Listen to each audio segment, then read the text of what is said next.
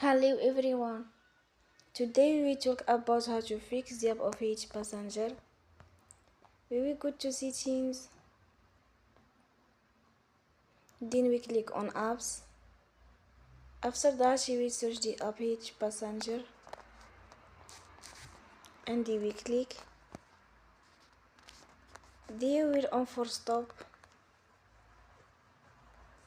After that we will go to storage.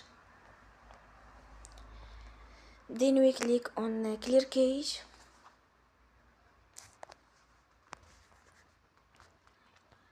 We will go to Play Store